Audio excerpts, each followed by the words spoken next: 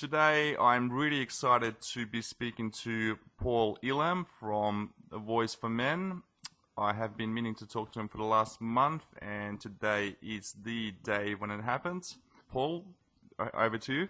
Oh, well, thank you for having me. I'm glad to be here. Glad to have a dialogue with somebody within MGTOW channel. I think that's an important thing to do these days. Yep. I just want to say that Paul has done a tremendous amount of work for men's rights. He has been campaigning, he has been protesting, you've been making so many different educational videos for men out there regarding female nature, regarding, divorces, relationships, marriages, all sorts of things when it comes to men and women and relationships. And I would just love to hear more about A Voice for Men and how you actually came about creating this website, and just pretty much anything else that you think is appropriate to mention.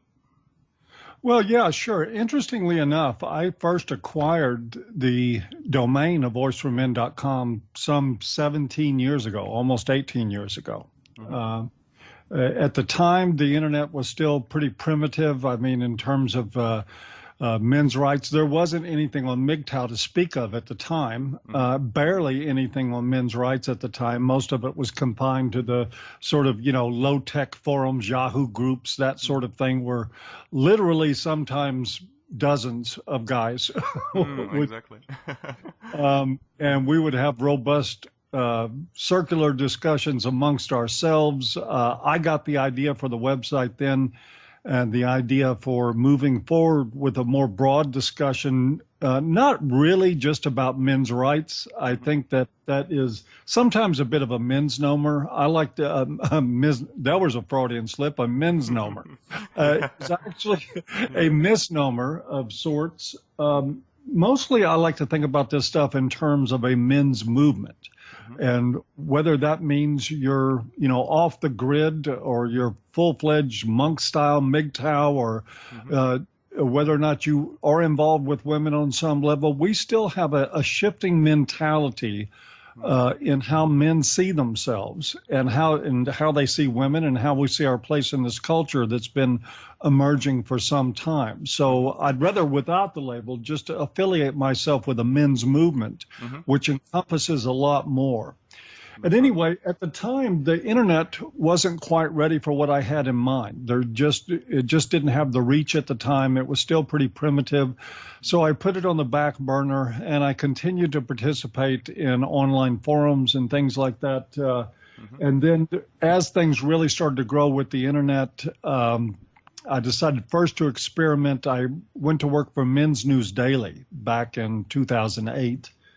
And served as the editor-in-chief there. At the time, it was the premier men's website on the internet that had anything to do with men's issues. Unfortunately, it was a sort of a traditional gynocentric environment. Yep.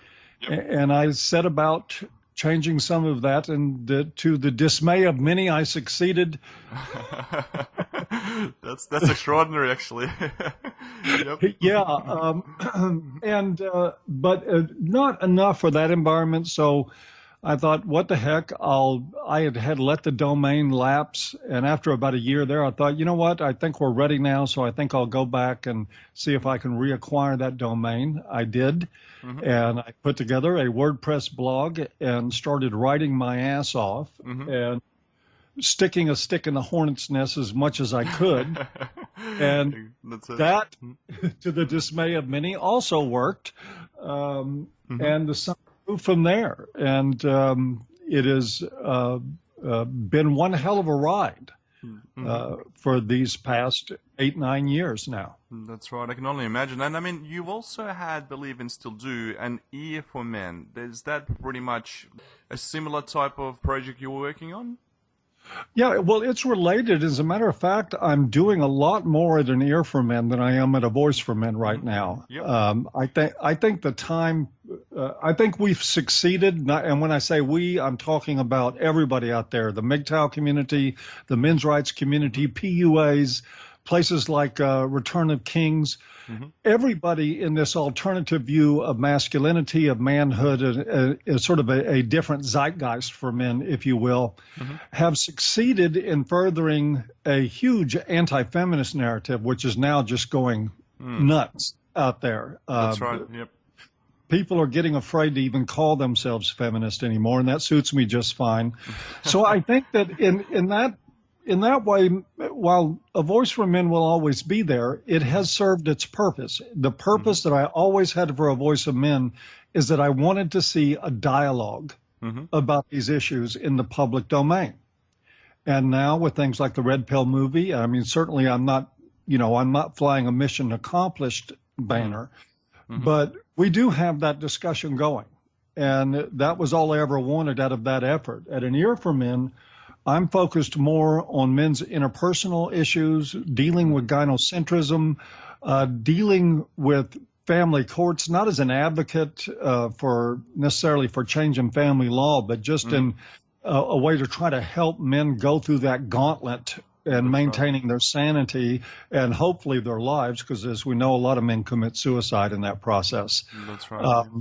So I'm focused a lot just on men's interpersonal issues, their independence, self-respect, and the way they see themselves outside of the gynocentric narrative. And that's a big job. You do amazing work. I've used your ABC 2020 clip discussing men's rights a number of times, and it always gets a great response. Oh, great. My conversation with an idiot. Yeah, that's... People just love to comment how her face just, it looks so stupid, and you're just completely destroying her in that conversation. And I love using that one, that's for sure. And I'll keep using it in the future, because I think it's just it's a great way to show the public, show the blue pill man, show just, general population what men have to actually deal with when it comes to divorce courts, divorces, and the whole gynocentric society that we live in.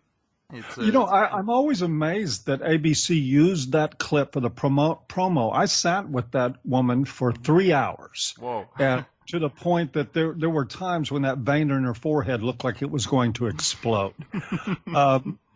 But out of 3 hours of that, they chose, to me, one of the points that made her look the worst, because she was asking me to repeat what I already said. They managed in 30-second clip. Yep. She asked me why I thought that marriage was unsafe, and I told her, and she turned around and fucking asked me again. Unbelievable. It's such a pleasure watching that clip. I can't get it up. That's it. Yeah, I mean, because normally the news are quite careful about showing the weak points when it comes to exposing the whole gynocentrism and just, ridiculing feminism. And they always try and make men to look stupid and the ones who are in the wrong. So, yeah, you're absolutely right when it comes to showing your good side as opposed to turning it the other way. Well, I think that was honestly probably the worst side of me they could get for that day, because, I mean, I don't want to sound braggadocious about this, but as you know, arguing with feminists is like shooting fish in a barrel. And I verbally bitch slapped that woman around that room for 3 hours that day. I think that was really the best that they could pull out of it. Okay, no, that's great. And the other thing is, I would love to hear about your personal background. How did you get into the whole men's rights movement? What was your experience? Were you married before? Do you have children? I would just like to get your whole perspective on this topic, just to see where you're personally coming from. Well, what did Telebano say in the Fiddler on the Roof? Was I married? Wife? Children? The complete catastrophe. Yeah, I mean, there's two stories about how I got involved in this. And it's interesting. Until now, I've only ever told one publicly, but I'll tell you both of them. The public story, which is true, is that I worked in the mental health field as a substance abuse counselor, and I started noting in the late 1980s as feminist ideology started taking over education, particularly in mental health professions. The vitriol against men, just the misandry began piling up and piling up and piling up to the point that it was impossible not to notice. And I kept silent about it for a while until 93 when I read The Myth of Male Power by Warren Farrell. And, oh boy, that was a mistake. Because I started talking every day at work to the point that I drove my coworkers nuts. Yep. And I never quit. But that was part of it, was just noticing things like men would come into treatment and women would come into treatment. We would ask all the women if they have ever been abused by their husbands, and we asked all the men if they ever abused their wives. Yep. But we never asked men if they had been abused, and we never asked women if they had been an abuser. And of course, as it turns out, they were a lot of them. These were alcoholic, crackhead women. They were horrific abusers, and we weren't even asking them. And when I started asking, people got upset. So that made me more determined. But there's the second story, and a lot of that I put online and put out there for years. The second story was my divorce. I went through a not so terrible divorce compared to what a lot of people have been through. What a lot of the men that I get emails from are going through absolute nightmares from hell. But still, I lost a home. I lost my property. I had false allegations made against me. I had been physically assaulted by my wife. I called the cops on her. They almost arrested me and listed me as the suspect in the case. And that sort of made me start thinking, hey, what's wrong with this picture? It wasn't like, I didn't end up in jail. All I lost was a house, which, it is material stuff. So in the end, it didn't matter that much. I knew how to rebound.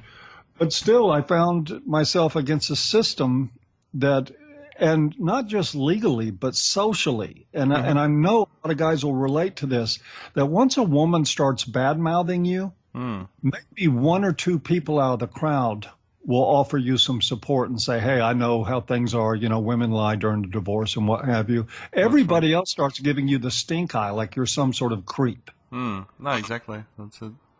And that sort of congealed my red pill attitude, and that was coming along right along the same times as I was reading The Myth of Male Power and starting to advocate for men in treatment settings was when I went through divorce. And both of those experiences together sort of formed the monster that stands before you now. No, that's fair enough. So it was essentially, am I right to say that it was your divorce that was the catalyst to start the whole approach for you to fight for men's rights? Am I right? I'd say it was the final straw. Straw. I mean, it's not as simple as I can put down to one incident. But recognizing that I felt lucky with only losing my home and only losing my income, that I actually felt lucky. That's right. No, well, that's like, I'm done. I'm toast. I'm going to start fighting back. Exactly. Would you ever consider getting married again after all this, after your own personal experiences and what you've seen happen and, with your amount of knowledge and experience, to see what's happening with other men out there? I would rather saw my leg off with a butter knife than get married. Never happen. Will not ever get married again, and will not suggest to anyone that it's a good idea. It's a terrible idea. It's a dumb thing to do. And coming back to that question, I mean, because there's a lot of guys out there that still, maybe perhaps considering getting married, and just because they haven't been hurt in the past, and they still think that marriage is the great way to raise a family and, have kids and, the whole traditional nuclear family side of things. What would you recommend to these types of men out there who are possibly thinking about marriage? They're fighting these internal urges, because some of them are afraid of getting married, but some of them are thinking, my family's pushing me to get married, my girlfriend or fiance is asking me to get married. What kind of advice could you offer to this man, just from your own perspective? Well, first, I think I would say that, I get it. And to some extent, I mean, there's a logic to that. We know that children that are raised with both parents do better than children of single mothers. There's no doubt. The research points to that. I believe, from both observed experience and from the research I've read, that a nuclear family is the healthiest environment for a child. That's right. That being said, we do not have a society that allows that anymore. I mean, it's really great to have this, your clock is ticking, the family's putting pressure, all that. That seems to be the traditional way of things. Mm-hmm. But your family is not thinking about what's going to become of your life the moment you get slapped with a false allegation, or what's going to happen to your finances, or what's going to happen to your reputation after it's dragged through the mud. And this is not a matter of whether it will happen. In most cases, it's going to happen. I mean, the odds say that if a man gets married, he's going to lose. He's going to end up with children that will hate him. He's going to, I mean, there's a possibility this won't happen. And if guys still insist on doing it, more power to you. Go have fun. I got nothing against you at all. But if any young man asked me if I thought it was wise to get married, I would have to tell him that it's like going to the casino with your last paycheck. You, sure enough, you might hit that big winner on the slots. People do it. What are your odds of doing that? Almost none. And it's not just the marriage that ends up in divorce. And this is what I talk about a lot at An Ear for Men. There is a factor in relationships outside of family law that I think the men's rights community does not discuss enough. I think it's more probably discussed in the MGTOW community, is that marriage turns into a battle for your soul. It turns into a battle for your space, for your place. We've seen the funny cartoons about, his money and her money. And I saw one the other day that it was a blanket on a bed, and like 4/5 of it said her side, and this one little strip down the side said his side. And that is a joke, but something, men tend to get into marriage and then see their lives disappear. Their friends go away. Their interests start to fade because everything becomes this gynocentric mess of appealing to her desires and even whims. And so he'll go off and work 10 hours in a coal mine or 10 hours in an office building somewhere doing the corporate routine that's just about as bad as coal mines, at least psychologically, and come home to nagging and complaining and bitching, and you're not doing enough, and why aren't you doing the dishes after 10 hours of work? That's right. And if a young man wants to go into that situation and call that living, I think he's foolish. Exactly right. I think it's just a lot of men out there are scared of being by themselves, and they actually want to have some type of a woman in their life, just because it's been drummed into our heads from a young age that you need to get a job, find a good woman, settle down, and blah blah blah, and just so a lot of these guys are still living in the old way of thinking, where prior to feminism, prior to this whole gynocentrism getting out of control, but now it's just you pick up the news newspaper or watch news on television, and you can see how every day the men are getting absolutely annihilated in divorce courts, and how the whole system is stacked against us. It's just I think in Australia personally, it's men have become like second-class citizens. It's just our feminism is out of control. Yeah, it's very bad in the country, very bad. So there's only the only thing I can do is grab my microphone and start to create a YouTube channel and start uploading videos where I do my best to expose these things, and I try and do as much as I can at the same time as entertaining people. But it's good to see that there are so many other like-minded people in the MGTOW community, as well as in MRA, as well as even just anti-feminist channels that pretty much fighting the same type of monster. And it's I think in the end we are going to win. It's just going to take a little bit more time and a lot more effort. That's my personal opinion. Yeah, I think it's going to take a lot more time. Honestly, I don't know if I would consider men's desire to connect with a woman so much old school as it is just a human instinct to pair bond. Mm.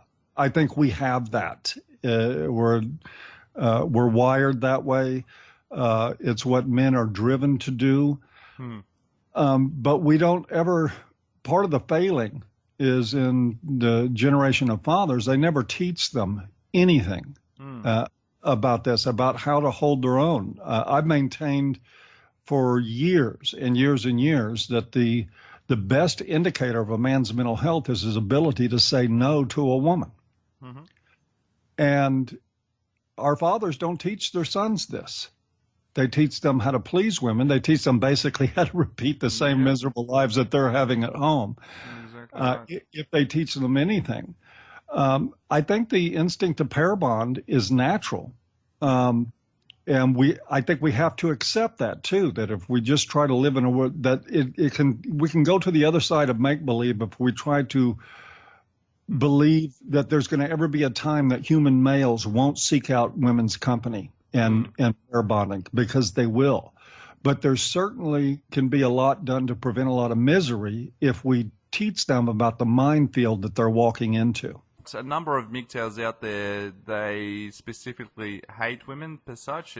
There is a certain channel which bashes women all day long, every day, and I think it's not healthy, because I personally don't hate women at all. I actually like female company. I just don't want to get married to women.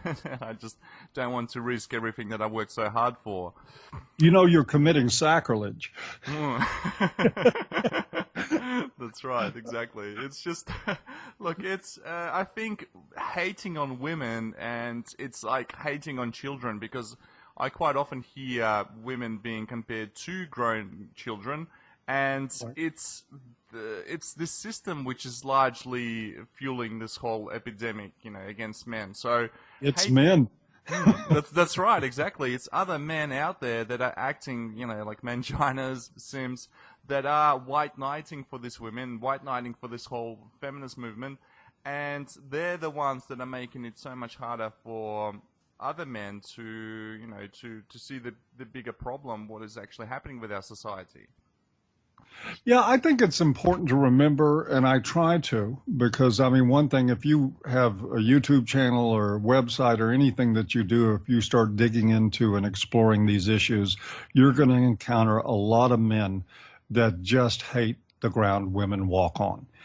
And I guess I contend that a lot of those guys get there honestly. I know that if I had been through a family court that ripped me up worse than it did, like a lot of these guys have been through, we got guys that are, haven't seen their kids in 3 years, but they still better write that check or go to jail. That sort of thing. I get it. I understand where it comes from, but that doesn't change the fact that staying in resentment, staying in hatred of an entire class of people is probably not going to do you much good in life in the long run. And of course, that's a subjective assessment on my part. It may feel just like the right thing to do for anybody, and I'm really not in a position to tell them that doesn't work for them. But in my 30 years of mental health experience working with people, I have to say that I never saw anybody who stayed mired in resentment do anything but suffer. No, that's right. It's just crazy world we live in. It's hard. Yeah, sorry, but I do want to add that I don't think the solution is to shame men who are that way. It's to point out, okay, we got a gynocentric culture. It is dominated by a bunch of white knights that treat these women like 4-year-olds and give them a piece of candy every time they cry. How could we not end up with a segment of our society that hates women? It's impossible to assume otherwise. It's going to happen. So until we change that, we're always going to be breeding. The great Zed used to say, I don't know if you're familiar with him, but he's from years way back. Oh, okay. No. He wrote what's called the Book of And one of the chapters in it are the misogynists are made, not born. And he's That's so true. absolutely right. That is so true. That's exactly right. And I totally understand where these guys are coming from when they hate women. I just think it's unhealthy for someone, for a person to be hating on something so bad that it ultimately destroys them in the end. Because I think hate is such a toxic emotion, such a toxic feeling. I think that these guys should just try to evolve that feeling into something else. So trying to be, I don't know, more productive into changing their life around, that they almost forget about that anger, that, okay, fair enough, women are evil and women are bad, they don't want to do anything with them. Okay, fair enough, move on and just channel that hate and energy into something else more productive, like, you know, and maybe start up a new business or a hobby or something that makes that person happy rather than angry and depressed at the end of the day. What do you think? I couldn't agree more with that. I mean, I think that's a spot on assessment. And, you know, to clarify, when I suggest that men start trying to figure out a way to let go of the intensity of that hatred, it's not because I'm white knighting for women. I don't give a fuck what women think about this stuff. I don't. That's not what's important. I'm an advocate for men. And the only reason I suggest that they find something more constructive, more positive to do with all that energy than just hate women is for the benefit of those men. It's not to protect the women. Exactly. That's absolutely right, and that's the main thing. I mean, it's all about the healing anyway. So if these guys can see the bigger picture and change their life for the better, then pretty much we've done our job. Yep. So that's how it is. I also wanted to ask you regarding single fathers. I mean, a lot of we've done so many videos where we bash single mothers, and I enjoyed one of your recent ones where single mothers are absolute cancer. And it's yeah, always, I let loose a little bit on that. I know. I was talking to Adam, and actually he told me to watch it, so I got onto it. I quite enjoyed it. I was washing dishes and listening to you in the background talk. It's quite interesting and amusing at the same time. What do you think, pardon me, about single fathers using surrogates to raise children? Because a lot of men, especially in the MGTOW community, they are considering, like, they do want children. I mean, I personally want to have a kid one day, because if I don't, then, yeah, it's a bit a bit sad on my part. But what do you think about single fathers raising their own children through surrogates? This is where I get to come off as a really, truly deep misogynist. I mean, I think it's a good idea. I mean, given that marriage is a absolute fool's path, you don't even get to keep your kids. It's such a ripoff, the whole thing.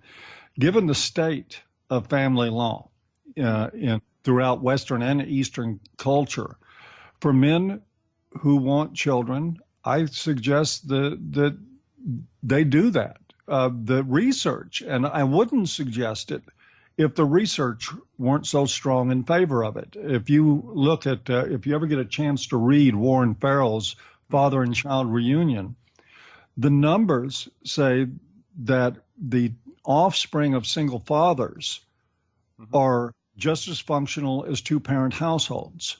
Oh, wow. Okay. Yep. Fathers provide something, and I do think you have to consider the well-being of the children in this equation, and this is why I'm really dismissive of the whole culture of single motherhood that's glorified. It's crazy. These children are doing horribly with single mothers. Their numbers are terrible. Fathers have better parenting skills than single mothers on average. That's not my bigotry against women. That's the research. And so I think for a guy who's wised up to the marriage racket, who has figured out the ultimate cost of getting married and the risk of losing the children that he loves, that going the route of surrogate and having a child on your own, perfectly viable. Sounds good, exactly. Because it's I've spoken with Sandman quite a bit on this topic. We've done a podcast where we're discussing surrogacy, and he's also interested in going that route sometime down the path. But I think you need to make sure that you've got your finances in order, and you need to be able to spend as much time as you possibly can with the child as well. So it's just one of those things that you really need to consider before And going that down is the path. that's what fathers tend to do. It is really interesting. I mean, it even gets into the psychobiology of there are changes that occur in men's brains when they become fathers. And that parenting instinct is I think probably more strong in fathers than we ever give them credit for, perhaps more strong than it is in mothers. But men tend to mature up, get their finances in order, and prioritize the well-being of their children. That's why those children in single-father households tend to turn out so well. Now, it may be a skewed result because when you're evaluating single-father households, now, according to the research, one argument made to take this with somewhat of a grain of salt is that you're dealing with the cream of the crop, that when fathers do fight and manage to get custody, they tend to be the more responsible fathers. So I think that deserves being considered in this equation. And certainly I think it's healthy to advise men to, watch your finances, realize the gravity of what you're taking on when you're going to raise a child, particularly on your own. But I do think still the overall raw numbers support the idea that men are perfectly fit parents and that they tend to respond well to the pressures and demands that parenthood instantly puts on them. That's right, exactly. I mean, some of the arguments that people say is, oh, you're going to have kids by yourself, you're going to be in your 40s, you're going to be tired and, much older than you are right now, you're not going to be able to keep up with the kids. I think it's unfair to say that because if you look after yourself, I mean, if you eat right and you exercise and generally in good, healthy well-being, then there shouldn't be any problems, with looking after kids in your mid-40s, even late 40s. I mean, I've seen some men in their 50s and 60s who are still in great shape, and just as long as you keep exercising, keep eating right, and that's the main thing. And Yep. Yeah. I agree with that, and it's really interesting to me is that the people that are telling you, oh, you're going to be this, you're going to be that, they're generally the same people saying, why don't you just find a nice girl and settle down? Exactly. It's so true, Paul.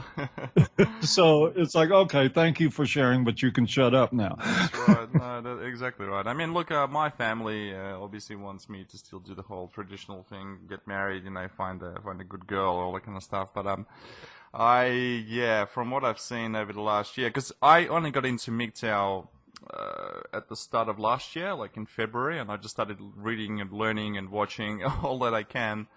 I found Sandman's channel, and that's how the whole thing kind of turned into what it is now. And then I also found your videos, Stefan Molyneux, and yeah, there's a great bunch of information out there for men that are looking for this type of stuff. So that's it. I mean, speaking of Stefan Molyneux, have you had much experience with him yourself? Yeah, I've interviewed with him twice on his program and enjoyed it both times a lot. I know that sometimes Stefan is a bit of a controversial figure. Yep. I never had an issue with him. He asks very relevant, cogent questions, seems to understand the subject material quite well. Yep. And I found both of my interviews with him to be very enjoyable.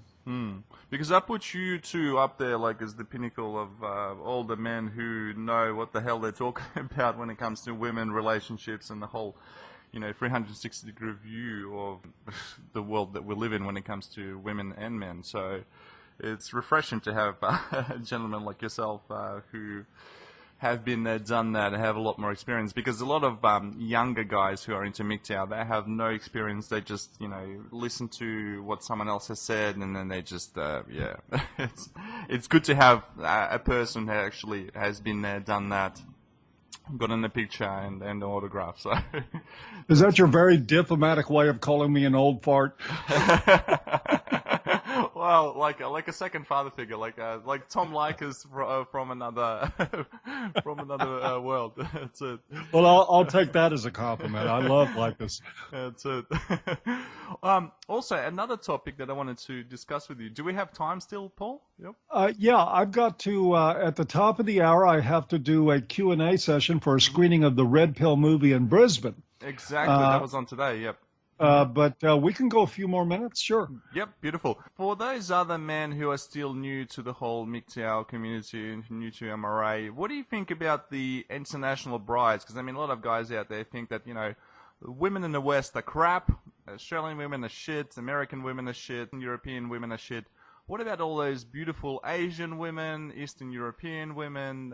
What's your take on those? Bullshit. Excuse me. Sorry, I've got a little bit of a cold here. No. Man, I tell you, I had a cousin Mm-hmm. who went that route and went and got himself a wife from Vietnam.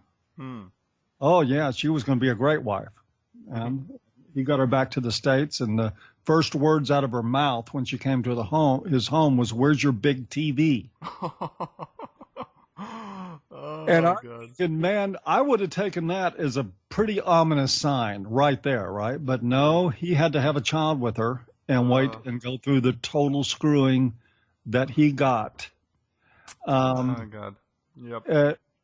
And I have gotten emails from plenty of guys that have, went over to Russia to meet women who have been over the world. And to be completely honest, I do get messages from guys who think they've met the second coming when they got their Filipino bride. Yep. Of course, that was at that point. We don't know what's going to happen down the road. But what I know is that gynocentrism, for pity's sake, is not a Western phenomena.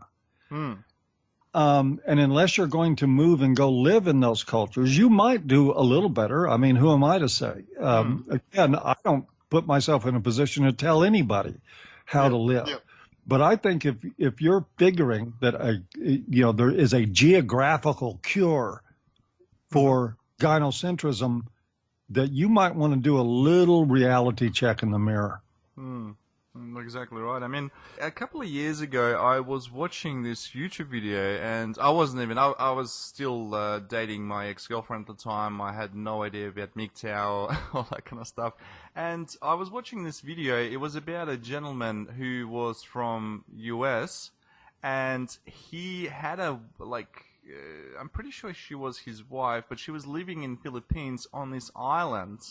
And what he would literally do is travel back and forth between America and Philippines.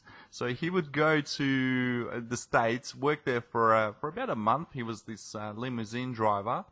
He would make, I don't know, $5,000 to $10,000 US, and then he would go back to Philippines and literally, spend time with his wife, and he already had kids there with her as well. So he never actually, from what I understand, he never brought her back to the States. And he was just literally traveling between both countries. And what do you think about that arrangement? I mean, some men obviously considered that approach too. Well, I'll just put it this way. There's an article, if you do a Google search on A Voice for Men and include the title Pussy Beggars International. Yep. Running down now. You will see an expanded take. Or you should find that. I wrote this a long time ago, but I think it's still in the database there. And if it's not, I'll find it and get you a link to it. Oh, beautiful, yep. But the whole point of this, how much, honestly, I don't know this guy. I can't make any real value judgments about his decisions. But the first thing that goes through my head when I hear a story like that is desperation. How much are you willing to spend? How much you're willing to travel? Yep. Only the idea that this one might be the one that works out because she's from a different culture. That's right. I think men need to confront, if I'm going to say what I think men need to do, I say that with a grain of salt, but men need to confront their gynocentrism to really get, I think, what the red pill means. They need to understand when they're dumping a ton of money into the idea of a little squeeze in the bed at night. And how long is that going to last? To get real about it, I won't chase a woman across a Starbucks. Yep. That's right. Much less across the world. To me, it's insane. But hey, if this guy wants to do it, more power to him. I think it's for those men that really want to have a child, and they're trying to do whatever they can in that sense. But I personally think it's a bit too much because sooner or later that lady might, cheat on them, or she might just never want to see that man again, and it's just it gets a bit too complicated. obviously. I mean, if he's making good money and she's basically leeching off on him for that, then she might tolerate whatever. But yeah, I think it gets a bit too complicated for Yeah, what it is. there's warning signs for me all over that. Exactly right. That. Well, so given it's a new year, what's in store for NEFMN for the 2017? Well, I'm looking forward to a couple of things right now. Next week, I'm going to London, actually to Norwich in England for another screening of the Red Pill movie to participate with Cassie J and a few other people in a Q&A there. Yep. Then following that, we are having a men's retreat in Colorado with a group of about 20 MRAs, MGTOWs. Okay, yep. And that's all booked up, or I would invite other people to come, but we got that locked up. And then in June 9th to 11th, we are having the 3rd International Conference on Men's Issues in Gold Coast, Australia. Oh, wow, yep. And totally looking forward to that. That is followed by plans of our making a trip, taking a contingent to India Okay. to connect with men's advocates there and to learn a little bit about what they're doing. So it's busy. But I'm looking forward to all of it, and I'm looking forward to making a lot more content on an Air for Men channel on YouTube. Been getting a very healthy response over there, quickly growing subscribers and getting a lot of great feedback on the focus I have over there, which is on men's interpersonal issues more than the legal stuff. Okay, beautiful. That's. I think having a YouTube channel is one of the best ways to reach more audience, a wider audience, and just get your message out there. And you've just mentioned before that you have these meetups with other like-minded MRAs and MGTOWs. Our listeners want to be part of that. Can they? And if so, how? What's the best way of getting to do that? Basically, it would be. I mean, like I said, this year's retreat is booked, but we do one every year. So follow an Ear for Men channel, and I will announce when and where. We do screen, though, for if we don't know you, we're not going to invite you. So it's going to be people that have been visible to us. You know, and I hate to do it that way, but this is not an environment. I mean, a lot of people are uncomfortable enough coming out in real world terms to begin. And we want to respect that. So if you're, you know, a regular in the comments and you communicate with me and you've got a YouTube channel, you're doing this thing, then we would be happy to have you at the next retreat. But if you're just some guy that wants to come, with all respect to that, I regret to say that we wouldn't be able to have you come because it would disrupt the comfort level of everybody there. Exactly right. I mean, so many guys are hiding behind their cameras. It's just, I know. Yeah, and you don't blame them with the repercussions that are out there. But I tell you what, I mean, if you can get in, we have an absolute blast at these things. We go out there into the mountains, all guys rent a great big cabin, supersized, 8,000 square feet, whatever, loaded up with food, and spend 3 days out there having nothing but fun. No work, just enjoy it. That's it. No, it sounds like a great time. Yeah, great way to spend the time with like-minded fellow men discussing what's important in this life. That's it. Or not discussing anything. We sometimes we just crack out a few beers and talk about the wall. Exactly. No, that's it. Whatever you happen to do, that's the most important thing. You know, as long as you're together having a good time. That's Absolutely. Well, let's wrap it up for today. I would love to do this again sometime with you in the future. Perhaps we can discuss a range of topics.